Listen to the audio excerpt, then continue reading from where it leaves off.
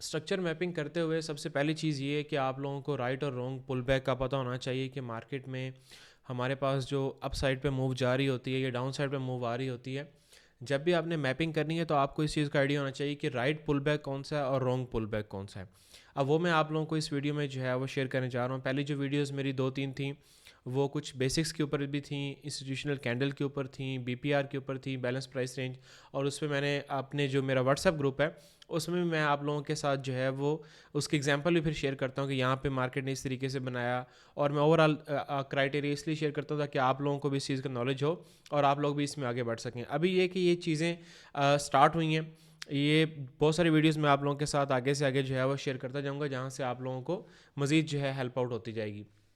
अब इसमें right pull back किस तरह से आपने जो है वो देखना होता है, मैं आप लोगों को सबसे पहले ड्रा करके दिखाता हूँ और फिर मैं लाइव चार्ट के ऊपर आप लोगों को लेके चलूँगा। यहाँ पे आप लोगों ने देखा है कि मार्केट में ये एक लो क्रिएट हुआ है जहाँ पे मेरा इस टाइम कर्सर मौजूद है और मार्केट ने इसके बाद एक हाई लगाया। ठीक है, इसमें आपको मैं जब कैंडल सिक्स पे जाके समझाऊंगा तो आप लोगों को मज़ीद इसमें क्लियर हो जाएगा कि इसको आपने कैसे जो है आइडेंटिफाई करना है।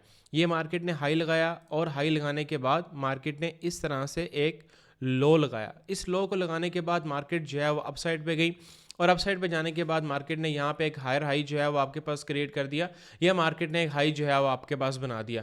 उसके बाद अब आपके पास जो मार्केट के अंदर रेंज मौजूद है वो ये प्रीवियस एक हाई है, ये प्रीवियस एक लो आपके पास मौजूद है। सही है, सबसे पहले जो आपके पास लो था वो ये लो था, उसके बाद मार्केट ने ये हाई बना दिया, ये लो बना दिया और फिर उसके बाद इस हाई को ब्रेक कर दिया।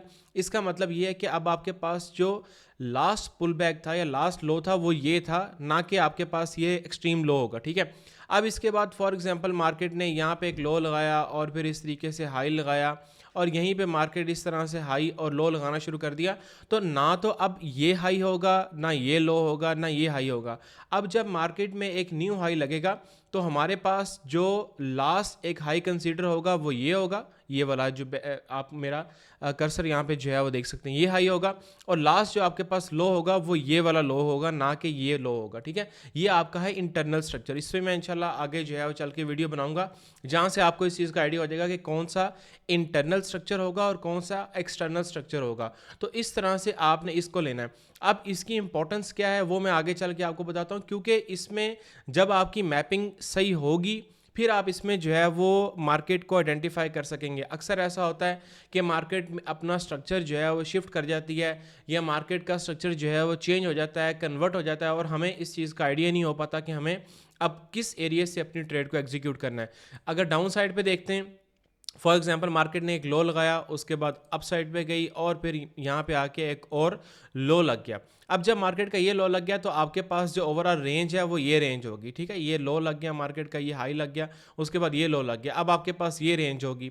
अब उसके बाद मार्केट ने अप साइड पे गई, इस तरह से एक हाई लगाया और यहाँ पे आके एक जो है वो लो लगा दिया, अब आपके पास ये पूरी एक रेंज जो है वो इसमें आ जाएगी। अब फॉर एग्जाम्पल मार्केट यहाँ पे अप साइड पे गई और उसने जाके इस तरह से ये स्ट्रक्चर जो है वो क्रिएट करना शुरू कर दिया। इस तरह से आपके पास एक स्ट्रक्चर जो है वो मार्केट ने बनाना शुरू कर दिया। अब आप इसमें से कौन सा हाई और कौन सा लो लेंगे। अब आपका ये लो होगा और ये इसके बाद हाई होगा। अब जब मार्केट एक नया यहाँ पे आके लो क्रिएट करेगी तो आपके पास कौन सा हाई लो आ गया, ये लो आ गया, ये आपके पास हाई आ गया। ये ओवरऑल एक इंटरनल मूव है। अब इस तरह नहीं होगा कि आप ये कंसीडर करेंगे कि अच्छा ये लो लग गया, ये हाई आ गया, ये फिर लो, ये फिर हाई, ये फिर लो, ये फिर हाई। इस तरह से ये सारा हमारा इंटरनल स्ट्रक्चर होगा और आपने इसी को लो कंसीडर करना है।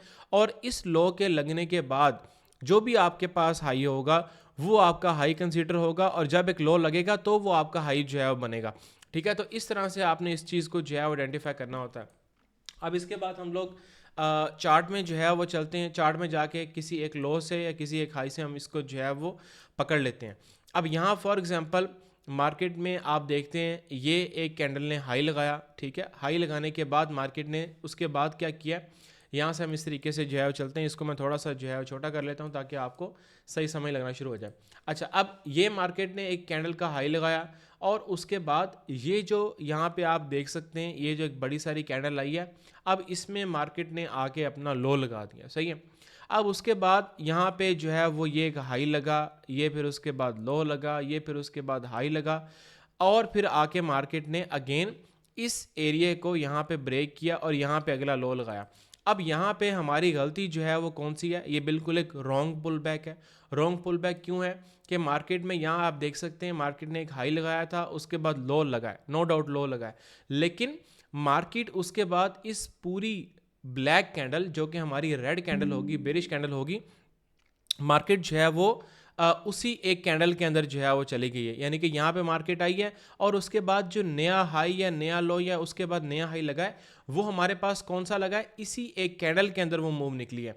अगर ऐसा होता, फॉर एग्जांपल मैं आपको इसमें अगेन जो है वो बना के दिखा देता हूँ। अगर फॉर एग्जांपल इस तरह से होता कि मार्केट में ये लो लगता, इस तरह से होता और यहाँ पे आके एक हाई लग जाता, तो ये हमारे पास एक, यानी कि इस कैंडल, जिस कैंडल ने लो लगाया है इसका हाई ब्रेक होना चाहिए था और फिर मार्केट आके एक न्यू लो लगाती, तो फिर हमारे पास एक वैलिड पुल बैक होना था। अब इसमें कौन सा वैलिड पुल बैक है वो मैं आप लोगों के साथ शेयर कर देता हूँ। ये अब हाई लगा है, अब जो लो लगा है ये नहीं लगा, ठीक है, ये लो लगा है लेकिन उसके बाद हाई नहीं लगा, इसलिए हमारे पास ये वैलिड पुल बैक नहीं होगा। अब हमने देखना है कि इसके बाद, इस लो के बाद हमारे पास लो कौन सा था। तो इस लो के बाद जो हमारे पास लो था वो ये लो था, लेकिन किसी भी एक कैंडल ने उसका हाई ब्रेक नहीं किया, लिहाजा ये हमारे पास वैलिड पुल बैक नहीं होगा। उसके बाद आप यहाँ पे जो है वो देखें तो यहाँ पे हमारे पास एक लो और एक हाई जो है वो क्रिएट हुआ। यहाँ पे मार्केट ने एक लो लगाया, उसके बाद ये एक माइनर सा, अगर आप देखेंगे बिल्कुल माइनर सा एक हाई क्रिएट हुआ है, ये हाई क्रिएट हुआ। उसके बाद आप ये देखें कि हमारे पास अब नेक्स्ट लो कौन सा होना था। अगर मार्केट इस ग्रीन कैंडल का लो ब्रेक कर देती, इस ग्रीन कैंडल का लो ब्रेक हो जाता, तो हमारे पास एक वैलिड लो होना था, जो कि नहीं हुआ। लिहाजा अब मार्केट कहाँ पे गई, मजीद नीचे आई। यहाँ पे देखें किसी भी एक कैंडल ने अब यहाँ लो लगाए लेकिन इस कैंडल का हाई नहीं टूटा, ये लो लगा इस कैंडल का हाई नहीं टूटा, यानी कोई भी एक ऐसी कैंडल होती जो इसका हाई ब्रेक करती। अब ये लो लगा और फिर जाके मार्केट ने क्या किया, एक हाई जो है वो लगाया। अब यहाँ से हम लोग जो है वो अगेन इसको देखने की कोशिश करते हैं। अब यहाँ पे फॉर एग्जांपल ये लो लगा, उसके बाद ये भी हाई है, ये फिर लो है, ये भी हाई है, ठीक है, लेकिन क्या है कि हमारे पास इस लो के बाद जो वेरी हाई लगा है वो हमारे पास कौन सा था, वो ये हाई था। अब इसके बाद नेक्स्ट हमारा पुल बैक कौन सा होगा, वो ये होगा कि हमारे पास जो लास्ट लो लगा था इसका लो टूटना चाहिए, ठीक है। अब इसका लो मार्केट ने जो है वो किस एरिया में आके तोड़ा है, वो यहाँ पे हम देख सकते हैं कि इसका लो जो है वो टूटा है यहाँ पे आके, ठीक है। ये इससे नीचे देखें, यहाँ पे चाहे बॉडी की क्लोजिंग हो चाहे वीक लगे, ये मैटर नहीं करता। यहाँ पे अब फॉर एग्जांपल लो लगा है, ब्लैक कैंडल ने लो लगाया है लेकिन उसका हाई ब्रेक नहीं हुआ, लिहाजा ये भी हमारे पास वैलिड पुल बैक नहीं होगा। उसके बाद देखें यहाँ पे कि ये एक ग्रीन कैंडल ने एक लो लगाया, इस ग्रीन कैंडल ने, और उसके बाद फिर उसका हाई भी ब्रेक हुआ, लिहाजा ये हमारे पास एक वैलिड पुल बैक इसके अंदर जो है वो होगा। और फिर उसके बाद मार्केट इस तरीके से डाउन साइड पे आई और ये लो लगा दिया। अब हमारे पास जो रीसेंट पुल बैक था वो कौन सा था, वो ये था, यानी रीसेंट हमारे पास जो हाई था वो ये था। अब अगर मार्केट जाके इस एरिया से ऊपर विक लगाए या क्लोजिंग दे तो वहां से हमने फिर अपना बुलिश साइड पे, या हमारा फिर आप ये कह सकते हैं कि पुल बैक जो है वो बुलिश साइड पे जो है वो शिफ्ट होगा। अब यहाँ पे किस तरीके से हुआ है, मार्केट ने ये लो लगाया था, ये हाई लगाया था सॉरी, तो इसके बाद अब इस हाई से ऊपर आके मार्केट अपनी कैंडल की क्लोजिंग करेगी या विक लगाए, तो ये हमारे पास अगली जो है वो एक विक लगी या मार्केट इससे ऊपर आके अपनी कैंडल की फॉर्मेशन बनाई। अब इसके बाद हमने ये देखना है कि अगर इस ब्लैक कैंडल ने हाई लगाया है तो इसी ब्लैक कैंडल का लो टूटना चाहिए यहाँ पे, ठीक है। वो चाहे इस कैंडल ने तोड़ा है लेकिन उसके बाद फिर एक हाई लगता, अब वो किस कैंडल ने लास्ट एक्सट्रीम लो लगाया, वो इस कैंडल ने लगाया, लिहाजा ये हमारे पास एक वैलिड लो होगा। उसके बाद नेक्स्ट देखते हैं कि हाई किस कैंडल ने लगाया, इस हाई का अब हाई जो है वो टूटना चाहिए। ये जो प्रीवियस हमारे पास हाई था, अगर इससे ऊपर जाके मार्केट विक लगाएगी या बॉडी क्लोजिंग देगी तो वो हमारे पास एक वैलिड पुल बैक होगा। तो अगला हमारे पास हाई कौन सा लगा है, वैसे तो हाई ये लगा है ग्रीन कैंडल, लेकिन इसका लो फिर नहीं टूटा, तो अब हाई जो हमारे पास लगा वो ये हाई था, और उसके बाद अब लो कौन सा था, वो हमारे पास ये वाला लो था। अब इन सारी कैंडलों ने लो लगाए हैं, ठीक है, यहाँ पे लो लगा है लेकिन उसका हाई ब्रेक नहीं हुआ, ये लो लगा हाई ब्रेक नहीं हुआ, अब ये लो लगा है और उसके बाद मार्केट ने डायरेक्ट जाके, अब ये हमारे पास पुल बैक नहीं होगा।